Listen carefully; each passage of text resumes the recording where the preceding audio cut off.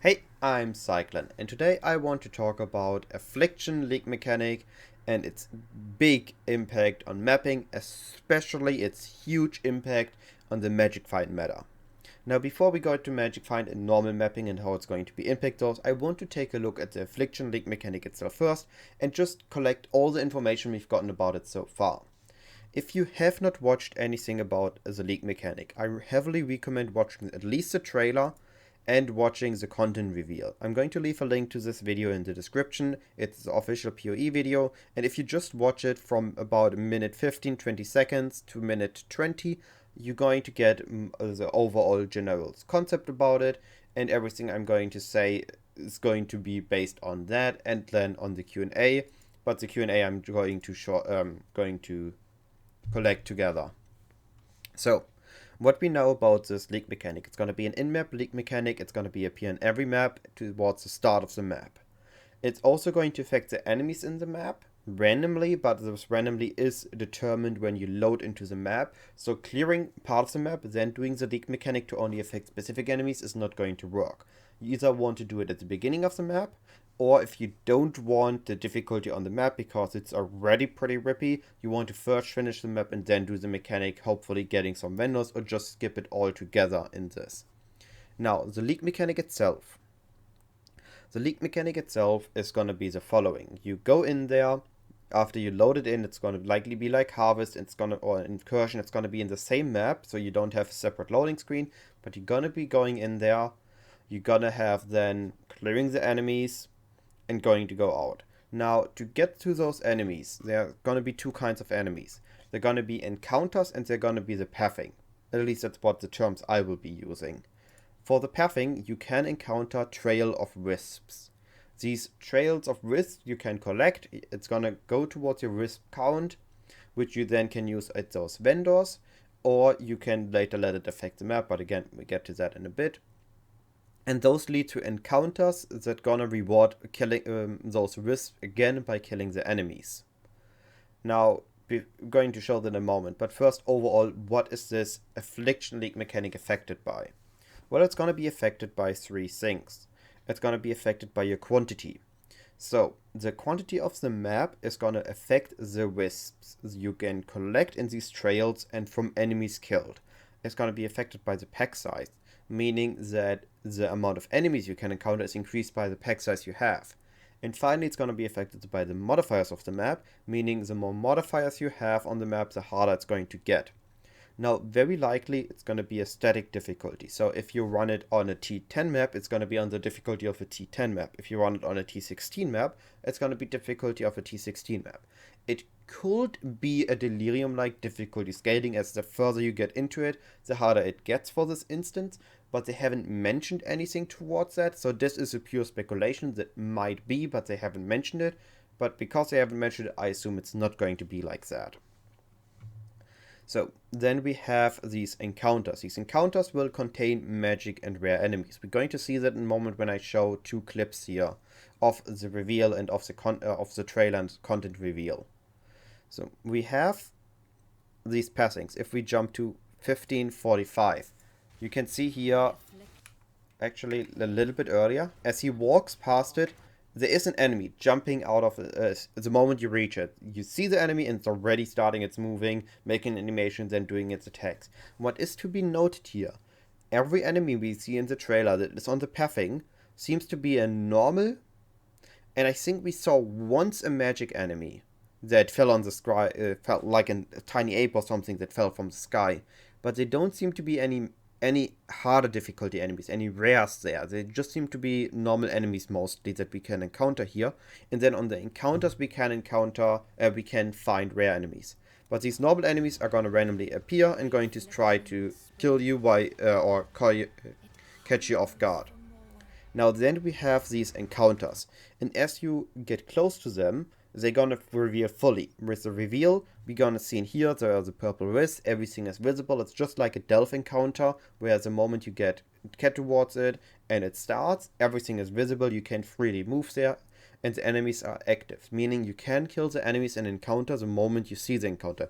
You can't kill the enemies in the dark before you see them, like in Sanctum, you can't off-screen enemies that haven't been activated yet, but the moment you reach the encounter and it starts, they are targetable, meaning they should be slightly off-screenable. Like, you see him flame dash in a moment, and the enemies there are already moving. And the moment he gets close to them, they get aggro ranged, they move on him, they try to attack him, but I think they are targetable slightly before they are on screen. Again, this is my assumption based on how Sanctum works, where they also said you can't off-screen enemies. But the slightly off-screening, I think, still works. But yeah, here we see the rares. Everything has these purple wisps, so as you kill them, as you see here, this number. There, he goes there and he gets a big chunk of additional wisps.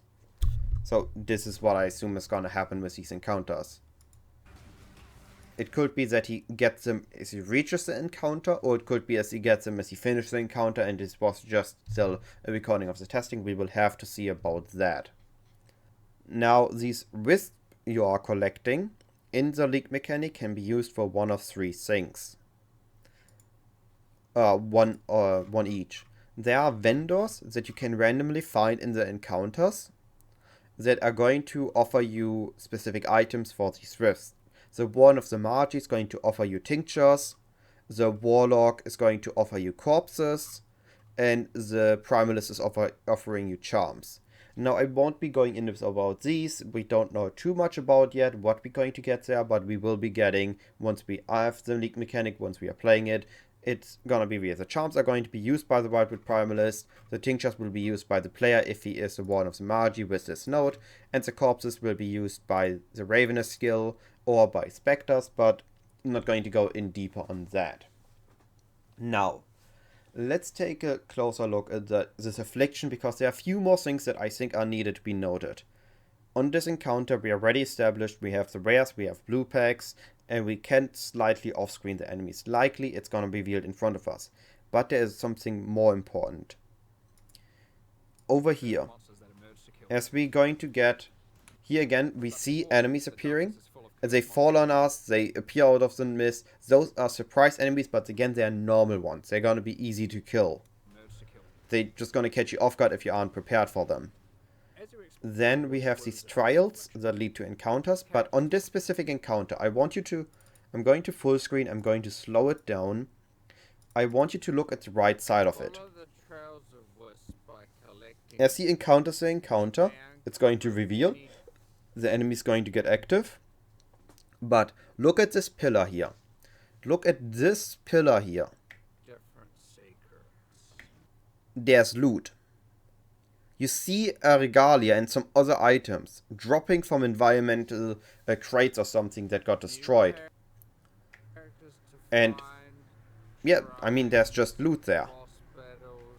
They said in the Q&A that there isn't a loot in this mechanic, but we've seen here the loot dropping. There are a few possibilities. Because, let me go a bit ahead, there's also this, where there's a loot from a boss, or a big encounter. Likely a boss. So there are a few possibilities. One, they had loot planned in, but decided against it, so now there is no more loot in there.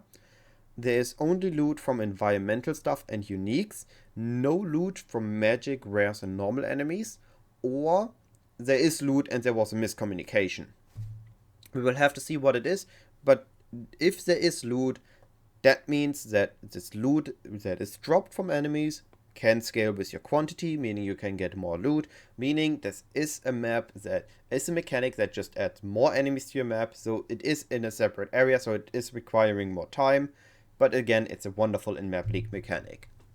Now, with these informations, there is also an effect it has on the map itself.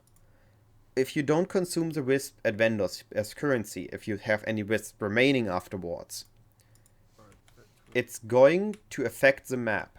Now, there are these three kinds of wisps, as seen here. Primal ones will result in item rarity to random enemies affected. So, let me phrase it like this. When you leave the Wildwoods, all wisps you have will be set to 0, and they're gonna disperse to the map, affecting random enemies. These random enemies are pre-selected when you load into the map. So, if you are running in the map, loading into the map, and the map has a legion, the map has an abyss, the map has influence, the map has a boss. The boss, even if he isn't spawned in yet, like in Jungle Valley, can be affected by the Wisp. The enemies of a legion, of Eldritch Influence, of the Abyss, or random enemies throughout the map can be influenced by these Wisps, and will have, based on the Wisp you have, rarity, quantity, or currency. So it is not worth it to rush the boss, or full clear the map, or accept a specific section you want to be affected by the Wisps. You want to do the mechanic first, get them affecting as many enemies as possible, then clear the map. Now if you're on a rippy map, like maybe you're doing corrupted T16s and you need that completion done, then maybe it's worth skipping the leak mechanic. But that much for that. So we have these influences, primal, wild, and vivid for specific enemies, or wisp, not influences, but they're going to influence the enemies, they're going to give increased bonuses. Now Rarity is really great on specific rare enemies that have some currency conversion, some item conversion going on. Item quantity is generally great, but I think the currency items are going to have a very, very big impact on normal mapping. Just running maps with currency drops. Now, based on what we've seen with Trial of the Ancestors and with Sanctum, our most two big currency leaks, I think there's going to be a very heavy impact on getting good currency from this. Sanctum primary loot have been these currency items and these relics. Now, the relics, leaving aside, the currency items Sanctum gave were a lot of chaos, a lot of sect decks, a lot of sextants, and a lot of divines. Now, Trial of the Ancestors, again, has been giving a decent amount of stacks of divines, stacks of stack decks, of sextants, of chaos, or bigger currency. So what I assume is going to happen here is if you have enough Wisps, you're going to see a decent amount of divines regularly dropped. Now this is an assumption, just based on on recent leaks, but I feel very confident in this assumption. Not confident enough that I would make a bet on it, but confident enough that I'm making a video about it. So I think focusing on this vivid currency items is going to be very powerful. Now I'm not going to get too deep on these leak mechanics, on these essences. Other content creators will go on these, but I want to mention these tiny notes that I haven't seen anybody talk about yet. Increased quantity of X Wisp found in the Viridian Wildwoods. So Warden having the vivid ones, so the Warden being a primary, really good choice for early mapping, where we just want to get as many of these as possible affecting our maps, so we see a lot of additional currency in our map, meaning we have a good amount of currency to buy upgrades for our gear. Now, with having just assuming a basic ascendancy pathing, so we will have 1, 2, 3, 4, 5, 6, 7, 8, that is 4 tiny nodes. Now we could target it and could get up to 6 tiny nodes, but that is 40 to 60 additional quantity on these Wisps, and that is a big bonus. Like a Magic Find character has only, what, 40, 50 quantity. There's 10 from boots, 10 from gloves, or 20 from boots, 10 from gloves, 10 from ring. Yeah, 50 to 70 quantity. So getting 40 or 60 quantity for your ascendancy for free, that is very, very big. And again, I think these vivid Wisps early on are very big powerhouse. So for early mapping, getting within one of the Magi, just focusing on this vivid Wisp is going to be very good. But now for magic finding, a lot of people, of course, have seen Howl of the Wolf, double the loot, getting additional loot from the enemies.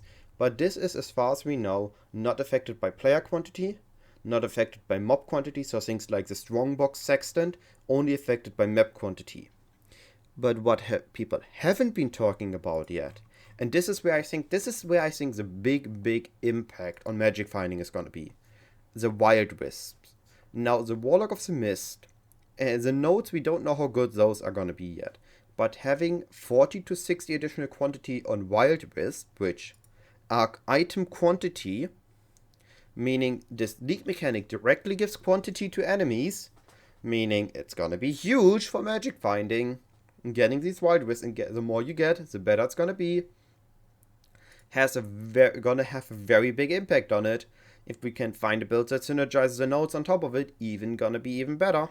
But yeah, these nodes getting additional quantity on these Wild Wisps on top of a Magic Find build, if the Affliction is going to be affected by player quantity and by party quantity, this is going to be just huge bonus to quantity. We could go back to the pre-nerf quantity which we've gotten in Lake of Kalandra.